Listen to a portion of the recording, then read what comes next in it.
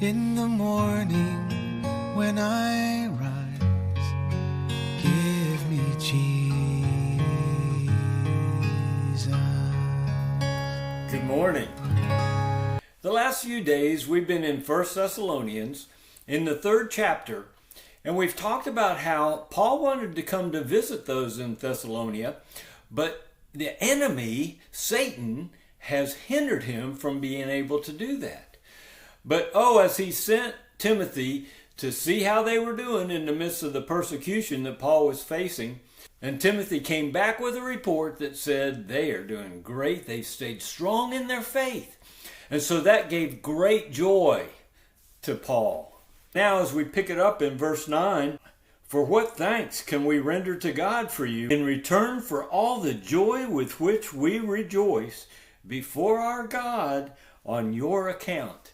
You guys are giving us so much joy because you're staying strong in your faith. But we still want to come see you in person. As we night and day keep praying most earnestly that we may see your face and may complete what is lacking in your faith. We want to come to you, we want to see you face to face, and we want to talk about the Lord. So if you have any questions, we can share the gospel with you in a way that those questions will get answered. Paul really cares about the hearts and the life and the joy and the richness that these folks are walking in. He wants them experiencing the abundance of life that Jesus promised. Verse 11, now may our God and Father himself and Jesus our Lord direct our way to you. Oh, how we want to come and see you. Well, the enemy doesn't like that. God is a God of unity. Let me show you that in John 17. In John 17, Jesus is praying to the Father, and he says in verse 22, the glory which you have given me, Father, I have given to them, that they may be one just as we are one. See, God's a God of relationship. You want to please God?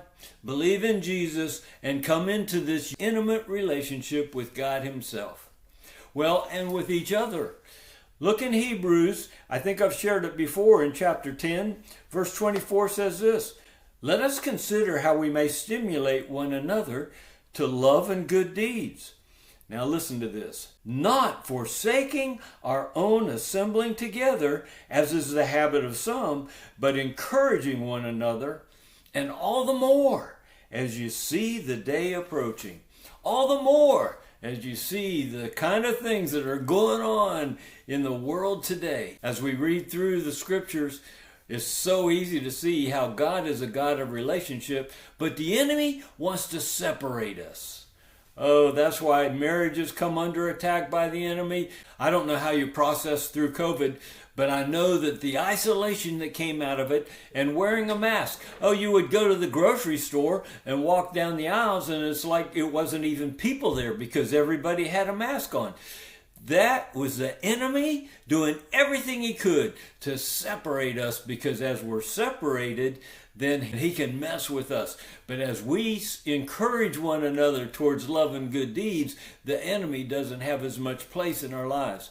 We have a home church on Tuesday nights, which you would be invited to. It's at 7 o'clock.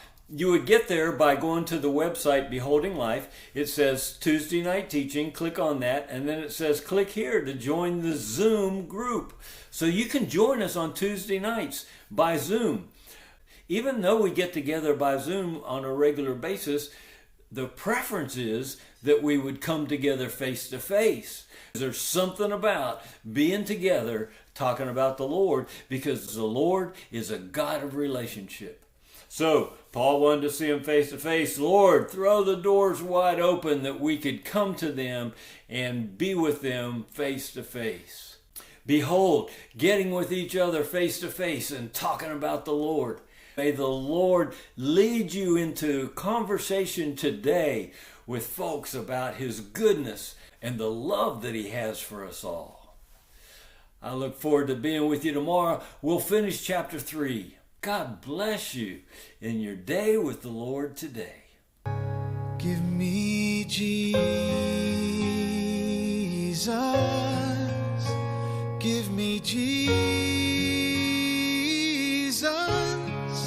You can have all this world, but give me Jesus.